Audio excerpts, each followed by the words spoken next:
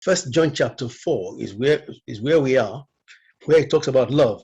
And when we want to look about what love really is about and what the love that John was talking about. So we went to First Corinthians chapter 13, if you remember, and we are actually currently looking at First Corinthians 13, where it stops at we stopped at verse 7. Love bears all things, believe all things, hopes all things, and endures all things. That is where we stopped. So we are going to continue from verse 8, that says, love never fails, but whether there are prophecies, they shall fail.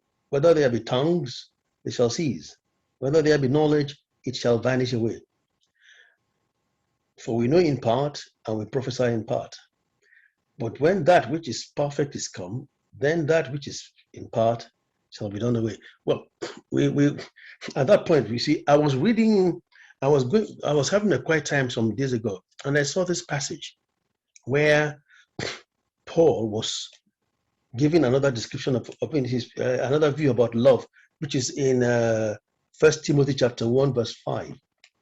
1 Timothy, that is 1 Timothy 1:5. 1 Timothy 1, verse 5.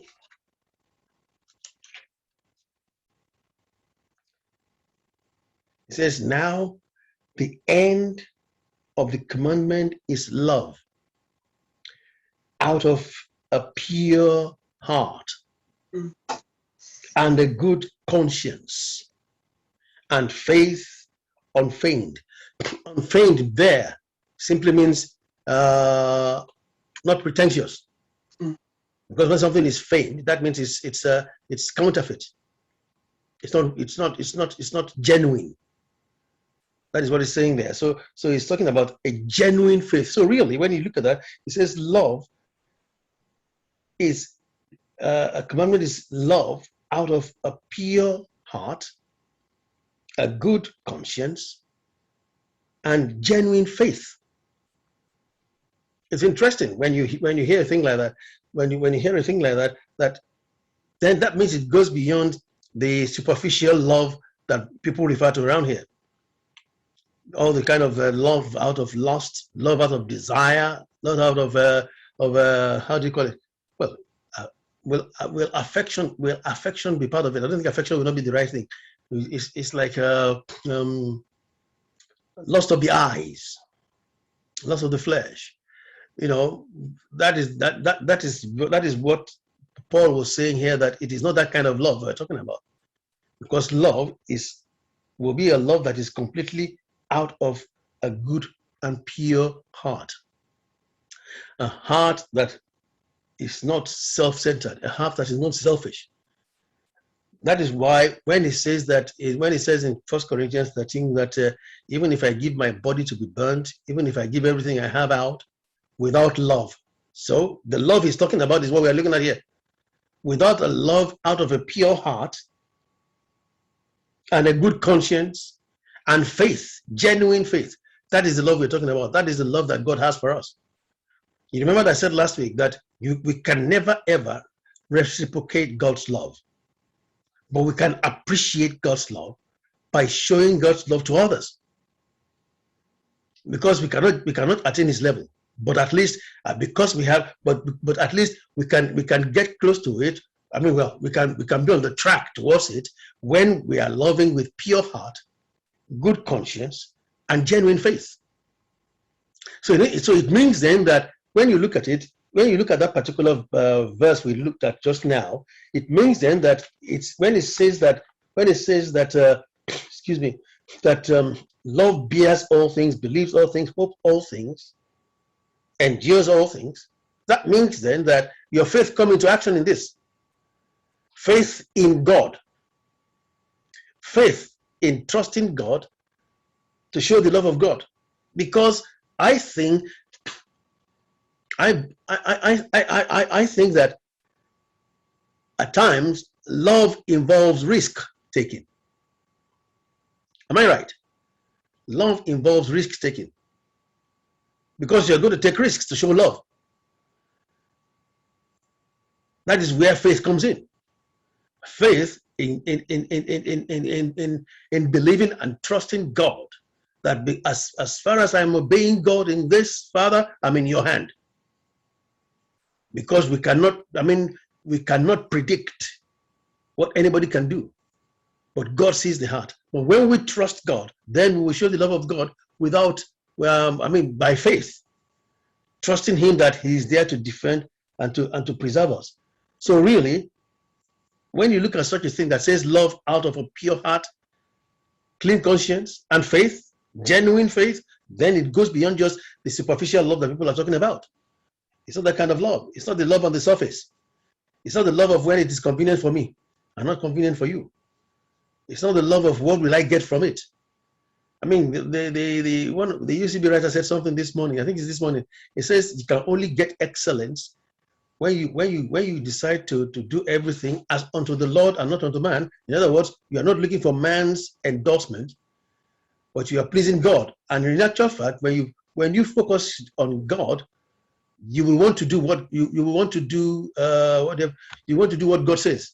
So realistically speaking, what I think is the Bible is telling us here is that the love that we are talking about here, which is the love of God, which is what is called real and true love, which we cannot reciprocate to God but share with others, is that it involves having faith in God to enable us to do these things, not by our power or might, honestly.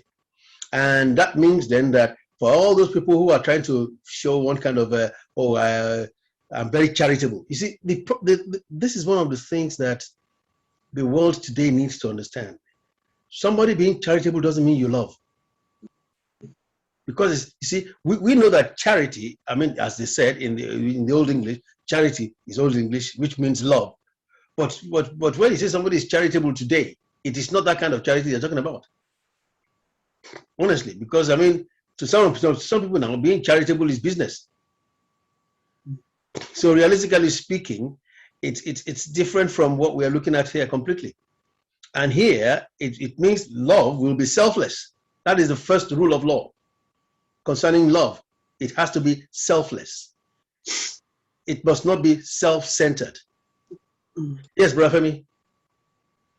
Yeah, I know that some people, when they do charity work, it's actually to make themselves feel good. Yeah. I'm helping somebody and it makes me feel good. Yeah. It's not so much about, let me do it for that person. It's for me actually to feel good as well. Yeah, they're feeling good as well, but I'm feeling good as well. Yeah, but the fact is, you see, let's look at it this way. Even if you feel good, it's okay to feel good. After all, if you do something good, you'll be happy about it. But the feeling good we are talking about here is not is like a feel good factor that we're looking at here, whereby the only way they kind of get a high. That's the right word. They get a high from being charitable. Whereas, realistically speaking, that means that if they are not in a position to be able to do that kind of thing, they become sad. And that is not the love that we're talking about here. Because even love, brethren, even if you are not able to help, love can still make you tell you know what? I wish I could help you, but I cannot. That's love. Not that, oh, I'll try. I'll see the best. I'll try what. I'll see what I can do. I'll try my best to help. No. Trying your best to help may not necessarily be true out of love. Really, if you're not in a position to do it, then sorry, I cannot help. I'm not able to. If I find anybody, I'll let you know. But for me, I don't think I'll be able to help you. That is love, being truthful. Because if it's going to be of a pure heart, it's going to be of a good conscience, then it has to be truth. It has to be truthful. And and what we are talking about here, you see, brethren, let us pray that God help us, because when people look about love, we're always looking about the art of helping others. And it goes beyond that, because if somebody says love does not rejoice in iniquity, but in truth, you see, love is not self-centered.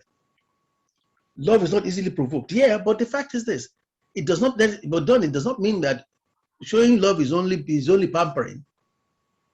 It means that you have to be truthful in what you're doing, because if you're going to be truthful about, I mean, you see your brother or your sister going down the drain, and you say because of love you don't want him to feel bad. That is not love. That is dangerous. That is dangerous, because if you don't, I mean, in the book of I think it was I don't know whether it is James or Jude that says if you correct, if you see a brother sinning and you correct him, what do you say you do? So you save that person from multitudes of sin. Let me just quickly see where I can get it here. Yeah, it's James chapter 5.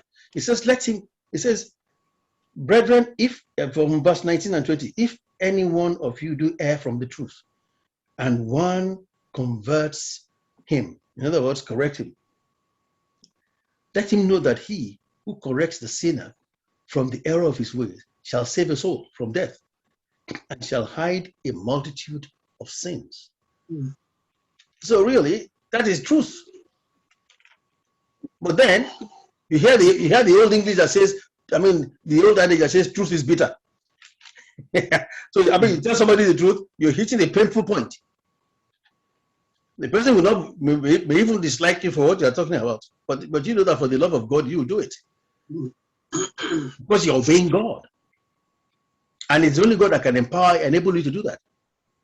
So really, when you look at what love is about here, the love of God is about here. It's a love that is completely void of offense, completely in truth, and completely pure, of a pure heart, not of a wrong motive, which is very vital. So back to what we are reading before, in that book of 1 John chapter 4, let's see how John puts it again further when he was describing that love for us. 1 John chapter 4.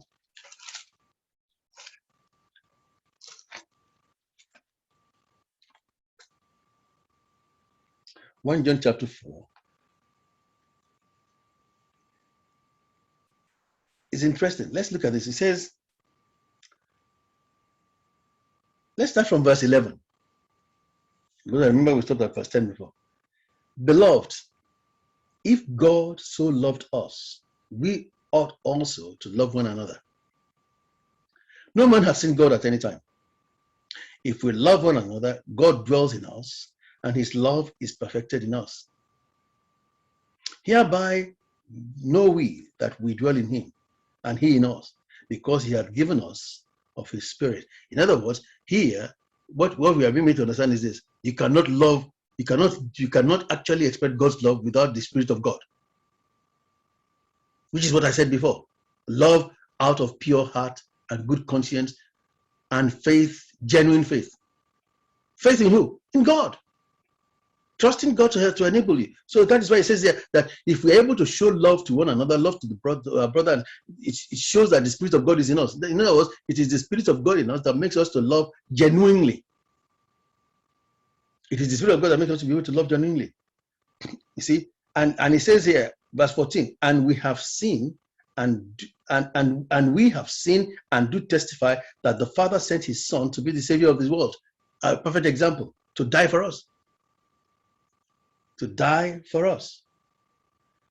Whosoever shall confess that Jesus is the Son of God, God dwells in him and he in God, and we have known and believed that love, and believed the love that God has toward us. God is love. And he that dwells in love dwells in God, and God in him. You see, look, we will just keep going back in circles again. The love we are talking about here is the love of God. The love that is, brethren, would I be right if I say this kind of love is a sacrificial, so it is uncomfortable? Correct me if I'm wrong. Because Jesus Christ died, he suffered, expressing love. He did not consider we his enemies. So really, to really love in the love of God, it takes the Spirit of God and the grace of God to help us to love properly and genuinely. I remember some time ago I said, I mean, how would we, I mean, somebody betrayed you. How can you show love to that person? It's tough. We can only imagine. But if you are really there, I keep thinking of what I could use as an example. But you see, there are so many examples of betrayal, so many. A husband and a wife that says, till death do us part. And then the husband decides to run away. I mean, can you imagine after so many years how difficult it will be, how tough it will be, because you will need the help and the power and the Spirit of God to get you through that. Really, or somebody show is the wrong word, that you expend for, and in the long run, still just just does his own, and you feel hurt. How do you get over that? Because you need to show the love of God. You see, there are so many ways. I mean, imagine some people have this, and anyway, the Bible has told us that don't put your trust in man, put your trust in God. But some people will say, okay, because like a confidant, they have you as a confidant who decides to betray their confidence. How will that person be able to come back and love you again? It takes the grace of God. It takes the Spirit of God to do that for us. There are so many examples that are really challenging. I mean, let's face it, the love that we have for our children, which is filial parental love, which is kind of a bond. Can you imagine having that for somebody who betrayed you? Because that is what God did. He loved us and gave us a parental love. That's why we called him Father. It's tough. It takes. That is why John was saying that, and we have known and believed that. Believed the love that God has toward us. God is love, and he that dwells in love dwells in God, and God in him. So really, it goes beyond just our own superficial or shallow understanding of what love is about. It's deeper than that. It's a lot deeper than that. And I pray that God help us, because, brethren, we need to be praying for it, really. We need to pray that God help us to show love, even in difficult circumstances, honestly.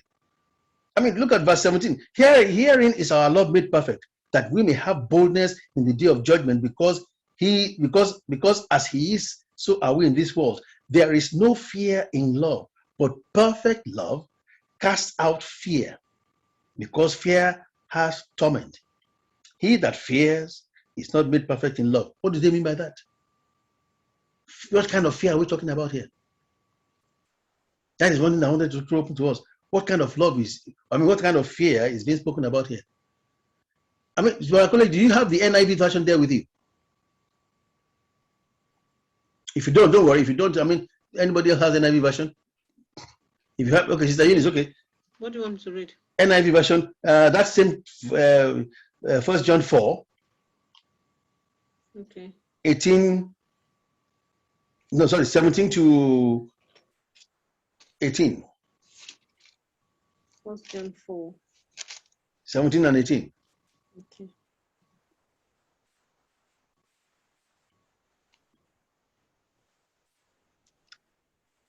Um, 17.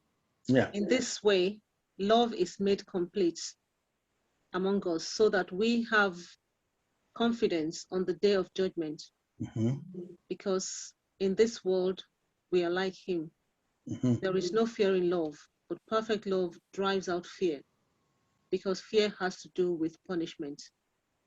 The one who fears is not made perfect in love. So really, the reason I say we should read that is because it says fear has punishment. Okay, the one who fears is not made perfect in love. How? Let's put heads together on that. Would it be fear of being disappointed? Fear of being betrayed? Fear of taking risk? Because from the way I'm looking at it, it seems what we are looking at here could be similar to what Paul was saying in that 1 Timothy. That for you to love, you have to have genuine faith. that if you trust God, then it makes a difference. Because, I mean, the fear here, if you fear God, it's a reverential fear.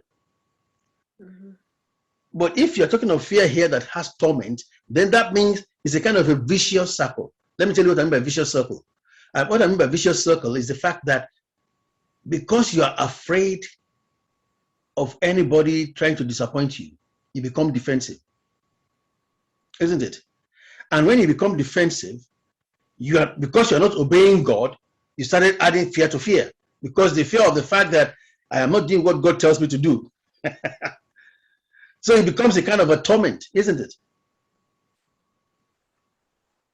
Because really, brethren, we need to look at this properly, honestly, because for us to say perfect love casts out fear, why did John say perfect love casts out fear? Yeah. Honestly, we got to look at it. Because I mean, God loves me, yes. And I want to show the love of God, yes. And maybe, like the book of James says, to him that knows to do good and do it not, to him it is sin. Maybe that could be what could create that kind of fear in us, because you know that you are supposed to help. You're supposed to help is a wrong word. You're supposed to show the love of God, and you're not showing it. You will not feel comfortable, will you?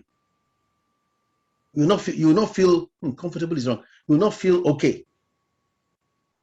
Can it mean that because if you love somebody, you won't have any fear at all that the person is going to do something wrong to you? No, that is not the one. Because let me tell you why I said no. Because here it says perfect love casts out fear, because fear has torment. So if you love somebody, it is not that you don't fear that it's going to do anything to you. If you love somebody, I mean, loving somebody is different from loving God, because it's only God that can help you to love those people. Yes.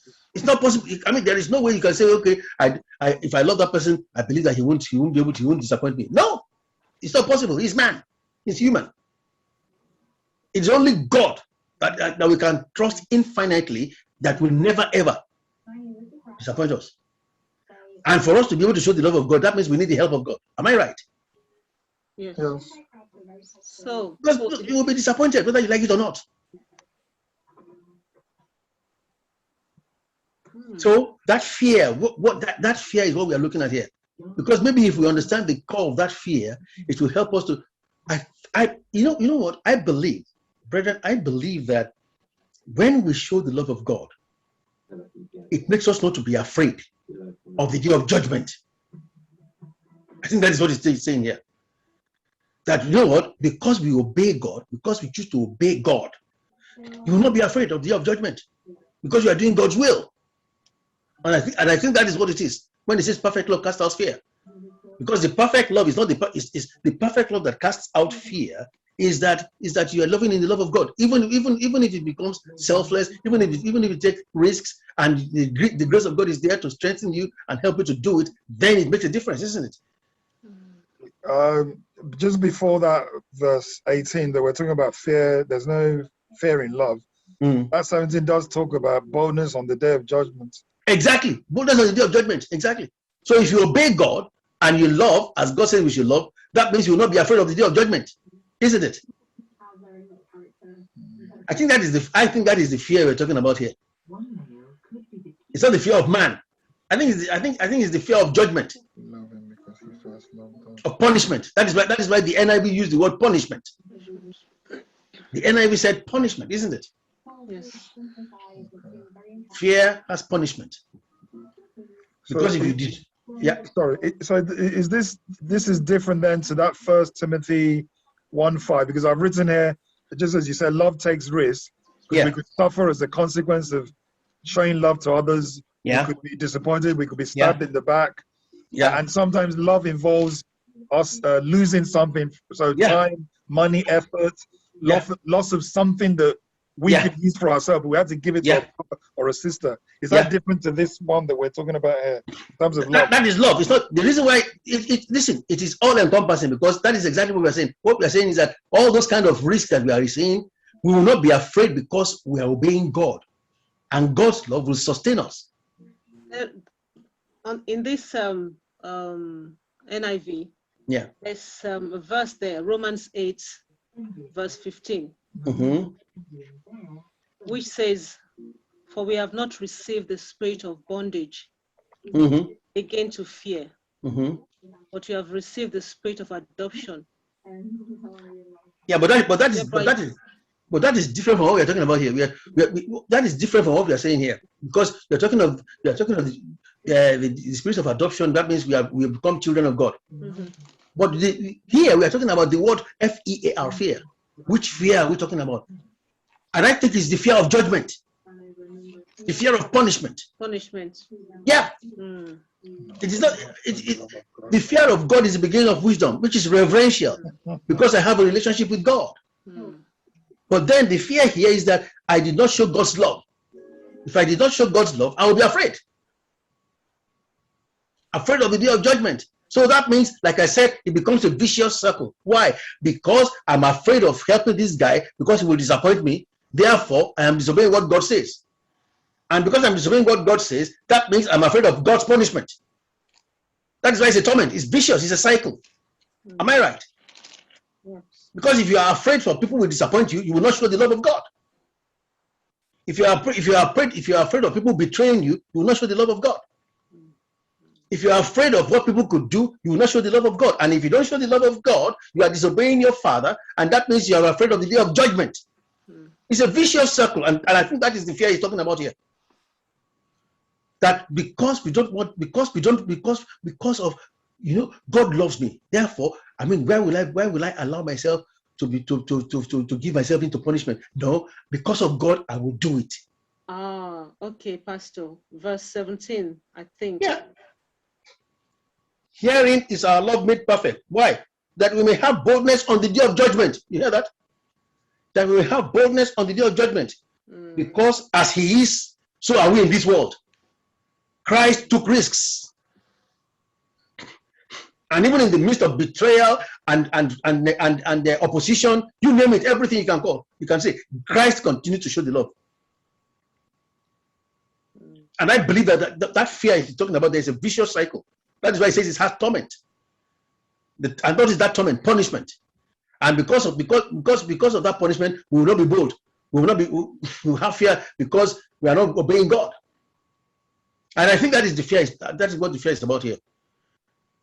Which means that this particular passage, we should not make us be afraid, but to make us to trust. That is why, Brother Femi, as you said, that is why I believe that First Timothy 1:5 is telling us that we need the Spirit of God, the power of God, to make us to show the love of God.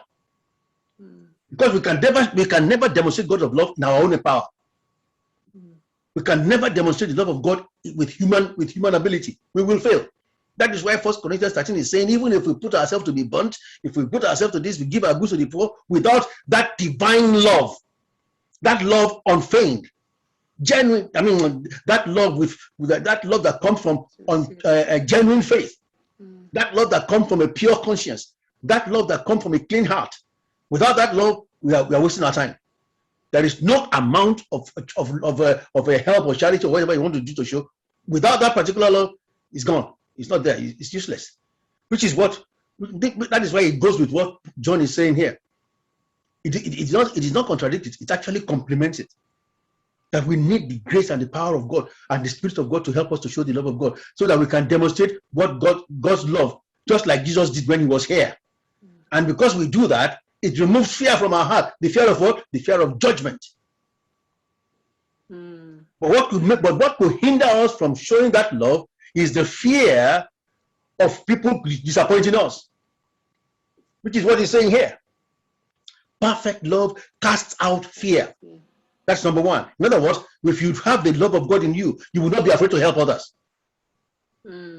Why? Because if you don't show perfect love, that love has that perfect love, you don't show, that fear becomes a torment. for the day of judgment. That's why it's a cycle. One leads to the other, isn't it? The fear of people disappointing you will lead you to the fear of judgment, because you're not doing what God says. And you become tormented because you're not obeying God in love. Isn't it? I believe that is what it is.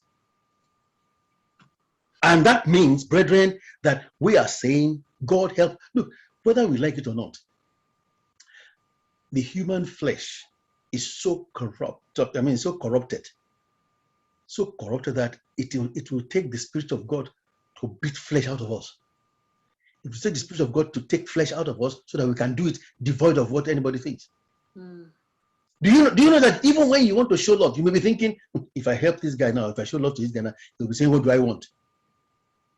And the moment you stop, that is the fear you're talking about. And then the Spirit, your conscience will be telling you, but you are supposed to show the love of God. You didn't show it. Fear grips you. Fear number 2. Because you entertain fear number 1. Fear number 2 takes over. So to beat that one, the best thing is break that cycle. Have faith in God. Trust God, who will not disappoint you, whether whether the person appreciates it or not. You just do it anyway, for the love of God. You are not waiting for his own recommendation. You're not. I mean, a love that does not wait for thank you. Isn't it? That is what that passage is saying. I believe it. That is what that passage is talking about. And it is good, because when we look at it, see, let's read verse 19. We love him because he first loved us. Okay, that is true. But look at verse 20. If a man say, I love God, and hates his brother, he is a liar. For he that loves not his brother, whom he has seen, how can he love God, whom he has not seen? Isn't it? Exactly. And this commandment we have from him, that he who loves God must love his brother also. You see the difference? It makes a big difference, isn't it?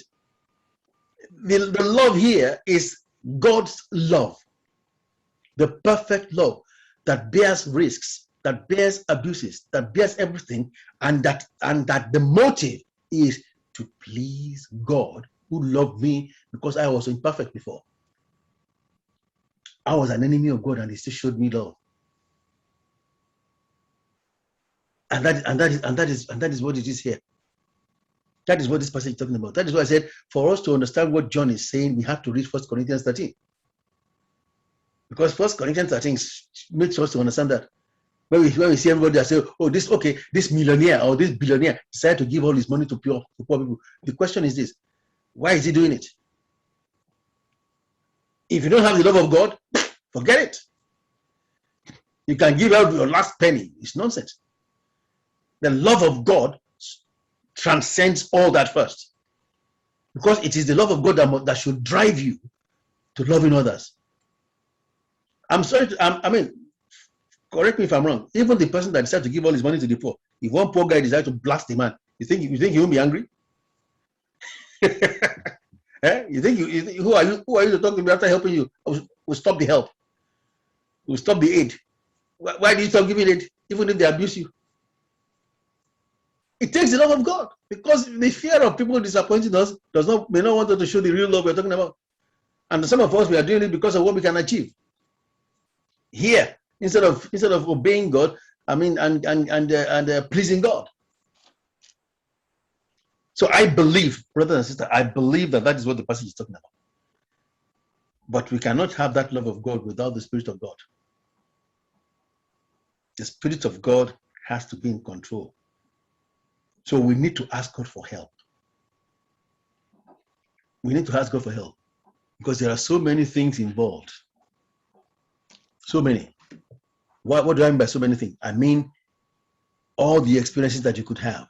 Positive, negative, pressure, you name it. When you have faith in God, for God to rise up and help, we will overcome it. I believe that is what he's saying. Has anybody got anything to add? Pastor, Yes. trying to understand, I'm just trying to think now. Is it right to say that what drives us Mm. to love others is not because we want to reciprocate God's love, No. but because we appreciate God's love and Yes. because we appreciate God's love and because we love God, we have no boundary to how we love others. Yes. It has no bounds. Yes. So our love, for example now, because okay, as we said, a lot of people do things, or people that give to charity, they do it because it's a tick on their list. Yes, it is. That's it. Yeah, I done that. Yeah, I done that. Yeah. And if it's a tick on their list, it's a feel-good factor. Thank you. For them to be able to arouse their conscience to say, yeah, okay, I do that. Exactly. Okay, but God, but that's not love, because No. in a way there's a motive there, and that Yeah. motive is self. Yeah. Okay, so the driving factor for us to love without boundary is to appreciate God's love, because God loves us when we're nothing. Yeah. And When we're even enemies. It says when we are enemies. Yes, and because of God's love for us, we just want to love anybody else. Exactly. So in a way, like what I say, for God's sake. For God's sake. Exactly.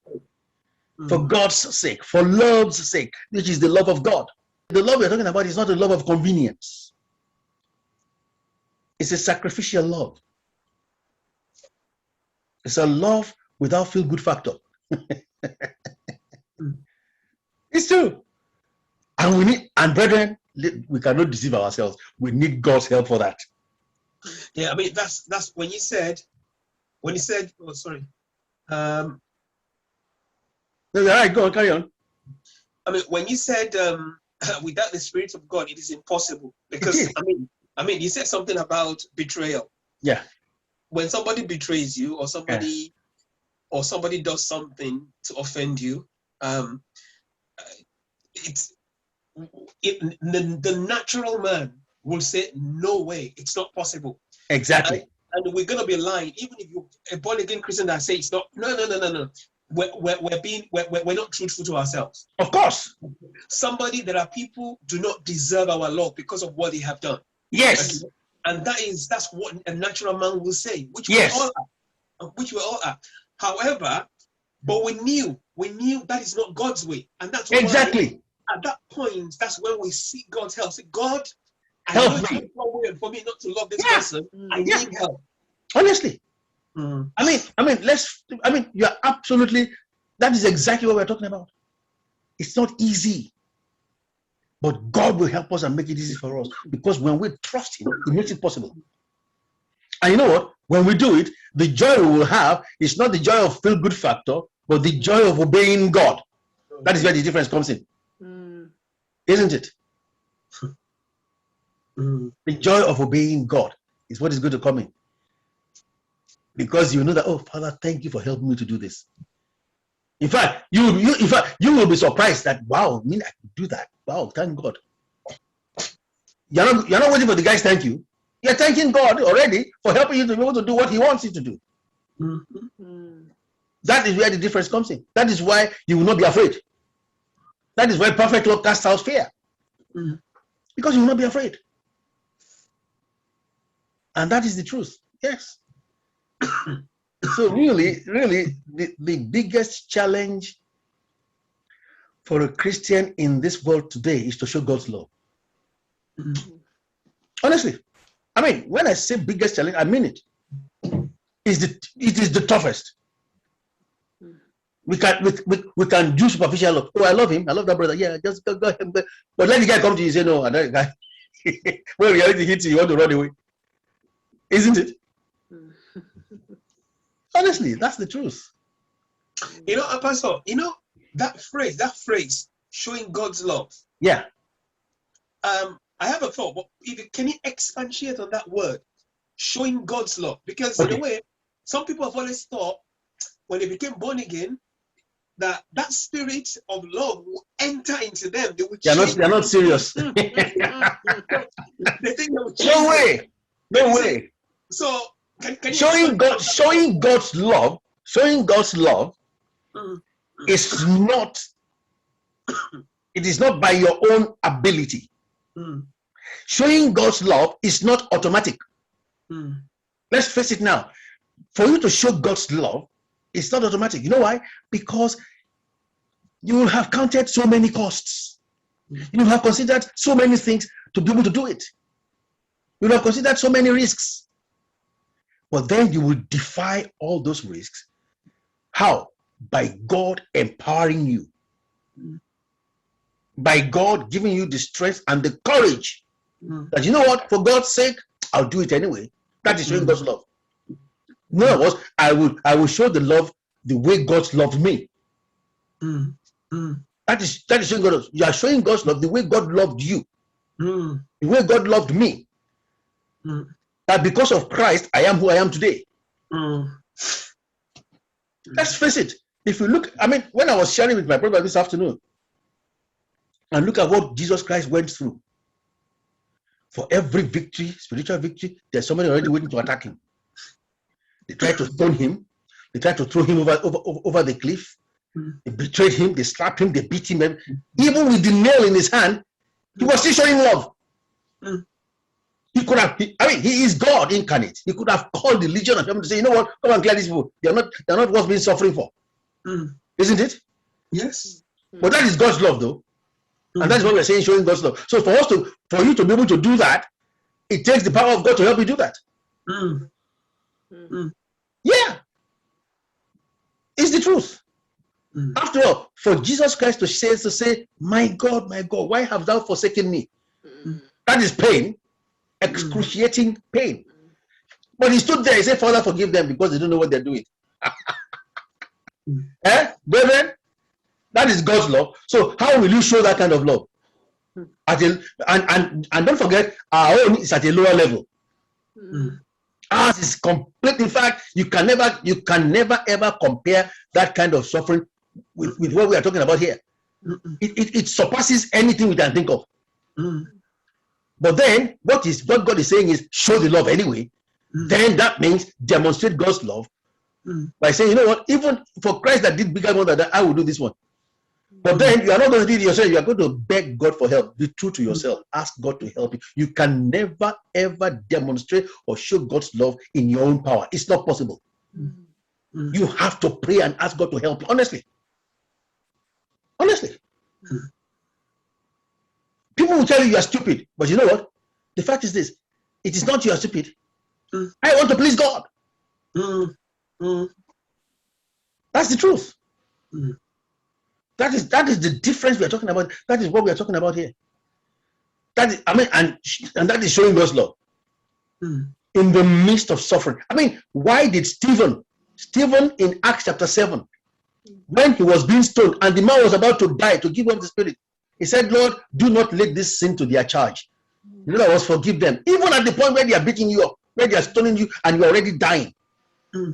It's like saying, God, forgive this man who stabbed me because I'm about to die. Wow. Am I making sense? Yeah. So to show God's love, you need the power and the Spirit of God. Because at that time, Stephen was in the Spirit. He opened his eyes and saw heaven and saw God and Jesus Christ standing. What else does he want? He knows that he has arrived. So he says, Lord, I am there, don't worry. So just forgive this one. So they will get there too. He could see the glory of God. And that is what we are thinking about here. Yes, sir. Yes. Is it possible? Can we put it this way, that the less the awareness of God's love that we realize in our life, the less tendency for us to actually want to demonstrate that love. Of course, it's straightforward.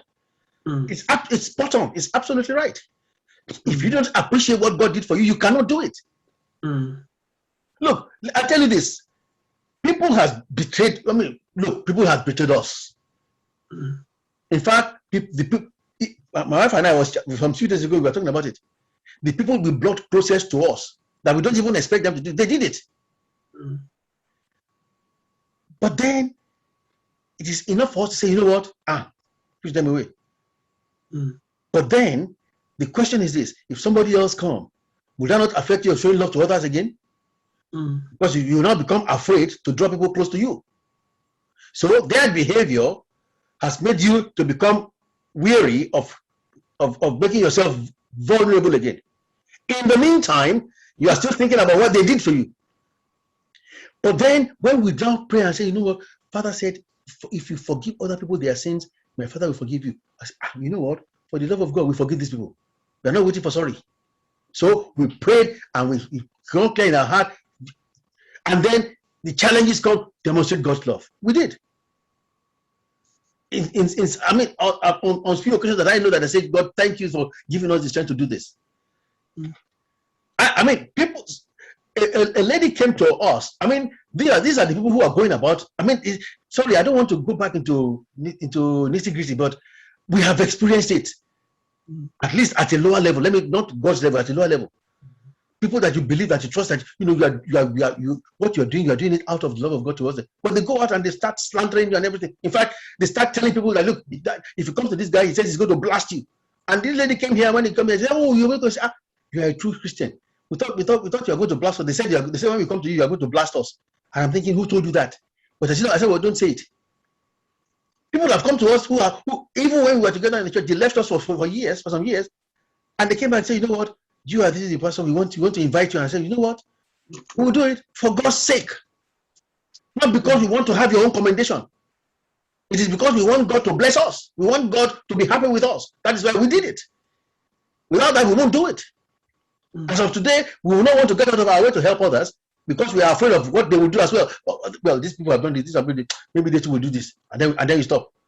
But you know what? When you trust God, when you love God, when you do it for the sake of the love that God has for you, then it won't matter. So, like you rightly said, the level of appreciation of God's love for you will determine the level of your love you show to others. And that's the truth. That is the gospel truth.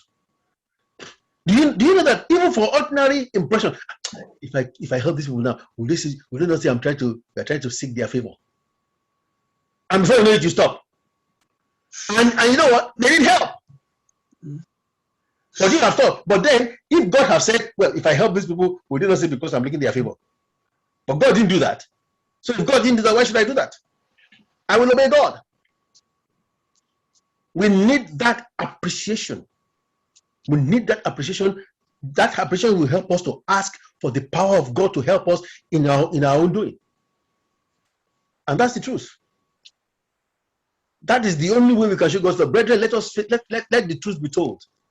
Yes, we definitely need the power of God to overcome betrayal. I was thinking of this example. Your husband and wife, and either the husband or the wife betrayed the husband or the wife with another man or a woman, but not just any old man or woman, but with their own brother, their own blood biological brother, same mother, same father. His wife or that his husband had an affair with that brother or that sister. I mean, how much of a stab in the back or in the heart is that? Exactly. That you need the power of God to forgive them both. But then imagine now that the husband who went and have an affair with your wife's sister now come back and say, darling, I'm very sorry, please forgive me, I will not do it again. Will you forgive him or not? Yeah, you will. You have no choice. It won't be easy. You have no choice. If you love God, He will forgive. You have to. You have no choice. You see, this is what we are talking about. This is what we are talking about, God's love. Sister Cynthia is laughing. Of course, I can see that she shook her head. I know. I can see that. But that is the truth. That is the challenge we are talking about. We're talking about betrayal. We're talking about the depth of betrayal. It takes the love of God for you to be. And let me tell you the truth. You will need to forgive it, but you need the Spirit of God and the grace of God to strengthen you to forgive in that kind of situation. Isn't it? Because it's deep. I mean, I'm sorry to say it's the wrong word. I'm not sorry. Jesus Christ says you cannot you cannot divorce because of adultery. You cannot. Jesus says you cannot divorce because of adultery. In other words, the best you could do is to forgive that person. But if that person chooses to go away, too bad. But brethren, can you imagine that kind of challenge? It will take the power of God. That has gone beyond anybody commending you for who you are. It is God who will commend you. People will say you are stupid. People will say you are doing what you're doing is contrary to. He says it's nonsense. How could you get him back? How could you bring her back? You are stupid. You are idiot. Thank you. But God will say, "Well done, my daughter. Well done, my son, for obeying me," because they will not get away with it. And that's the truth. So it takes more than just physical capability or our reasoning to show the love of God. No, it goes beyond that. Yes, but you are going to say something, isn't it? No. Oh, okay. You know, so you can see the extent of a thing like this. Me Yes. again, my sister saying, "How can you take him back?" Exactly. Exactly. They will tell you, how can you take him back? But then the fact is this: you have to take him back. Why? Because you love God, not him. Let me tell you something. I'll tell you something today. I've said it before. My wife and I we share it together before, and I don't know whether I've told some of our brethren before, because I think maybe I've said it in person before. I said, listen, do you think if I am not born again, I'll be faithful to my wife? Do you think so? That if I am not born again, I'll be faithful to my wife? Do you think so? If you think so, you are the most stupid.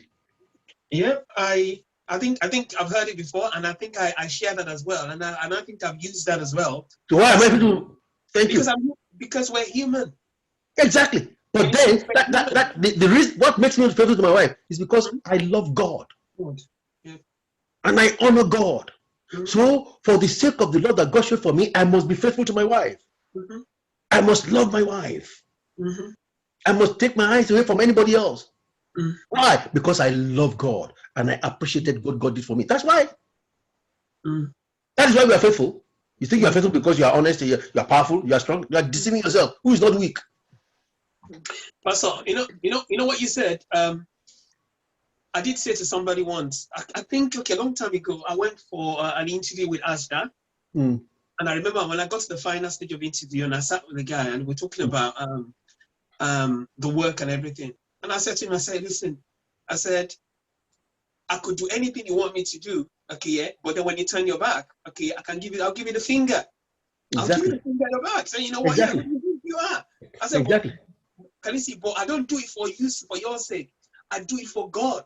Exactly. Because I know when you're not there, God is there. Exactly. See, and I always tell people at my work right now, I said, when I come home, I have to come home and pray to God. I said, suppose I've done something so wrong at work. How can I pray to God? How can I go and talk to God? God? But I want to be able to come home and say, God, thank you. Thank you. Exactly. Exactly. That is what drives a Christian. The love of God. The fear of God. What is that kind of fear? Not the fear that he's going to slap me, not the fear that he's going to punish me, but the fact that he loves me and I don't want to lose that love, which is called reverential love, a filial love, the love of a father to a child, the love of the child to his father, a relationship that I don't want it to break. Therefore, I will trust God. That's the truth. Brethren, that is the challenge we're talking about. And it takes the power of God to help us through that sin. That is why a true Christian, and when I say true Christian, I mean a true Christian who loves and fears God. When they both get married, divorce will not even come into their statement at all. I don't know. I mean, I can afford to travel for 1 month before I come back here with my wife sitting down here, and she knows that I will never do anything wrong because I fear God. And vice versa as well. And vice versa. And vice versa. Because I know she will not, because she loves God. In fact, it's even better because we'll be looking forward to seeing each other again. It becomes more exciting. Isn't it? That is what we are saying about the love of God. That is what the love of God is about. The love of God that surpasses all, and therefore you will have peace of mind. But then it is what, and you know what? It is, the result is so marvelous. I mean, for Apostle John to write what he wrote here, people should go back and read it properly, not just read it superficially. If I love my brother, I love God. If I don't love my, what kind of love are you talking about? Love of convenience? If you're talking about love of convenience, you've missed it. You've missed it. It's not a love of convenience. It's a love that is encompassing. And what do I mean by encompassing? It encompasses everything. Favor, rebuke, you name it. Principle, everything. And sacrifice. Based and grounded in God, not in what anybody will say. And that's the truth. Brethren, people have to appreciate and understand what we are talking about. You know, people say, hey, agape love. Listen, you don't just shout agape when you don't even know what agape really is about. It's easy to call agape. It's not easy to do agape. It's easy to say agape. It's easy to call agape, but it's not easy to do agape. Because you can never do agape in your own strength. Because agape is God's love. So you need the power and the Spirit of God. Yeah, that's all. And when I deal with Brother Femi and we smile, that's easy. Exactly. When I deal with Sister Cynthia and we smile, that's fantastic. Yeah. When I come to you, Pastor, and you give me a cuddle, that's fantastic. Yeah. That's not real.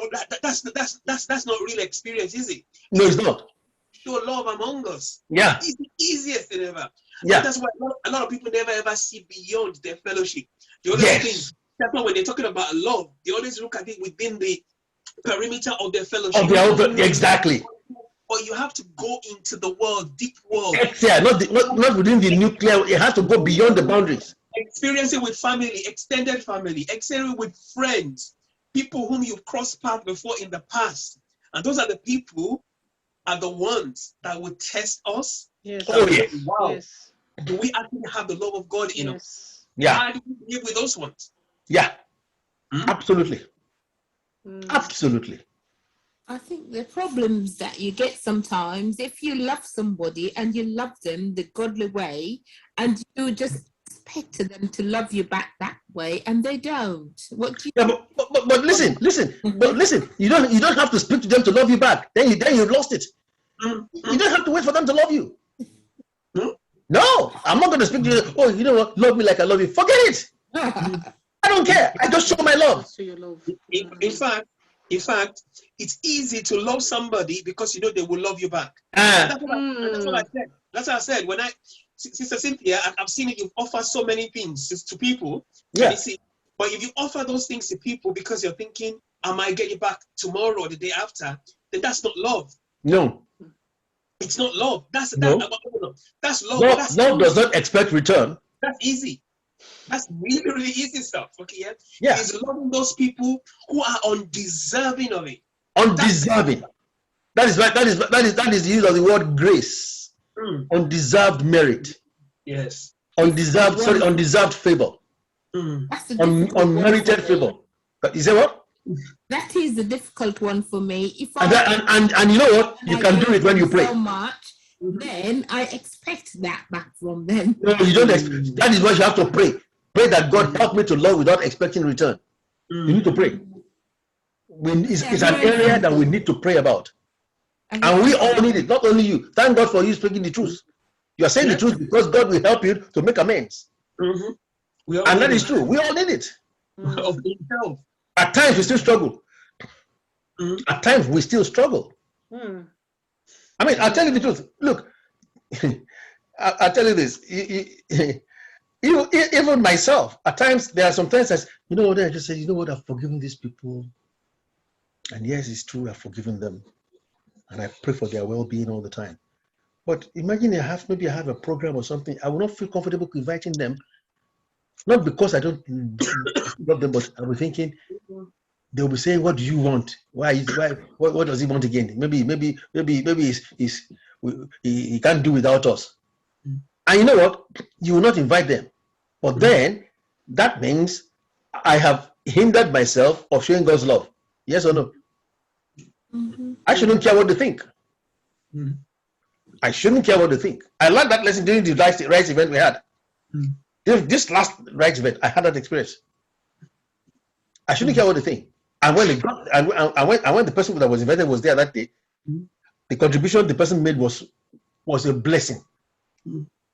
Because it showed that, excuse me, they were standing on the principle that they had. And that makes a big difference, brothers and sisters. That is why I'm trusting God, for God to help us to continue in his love. Brethren, without the love of God, we will have given up. A lot of us will have given up on each other. Let's face it. We will have given up on each other. You know what? That guy can't change. Let's just forget it. But for the love of God, you keep trying. Isn't it? Yes. Yeah, you keep persisting. Thank God, because there's one I was planning for next month that I was going to do, but I'm not going to do it now. Exactly. Exactly. That's what happens. That is how God speaks to us. To God be the glory. Praise the Lord. Hallelujah. Hallelujah.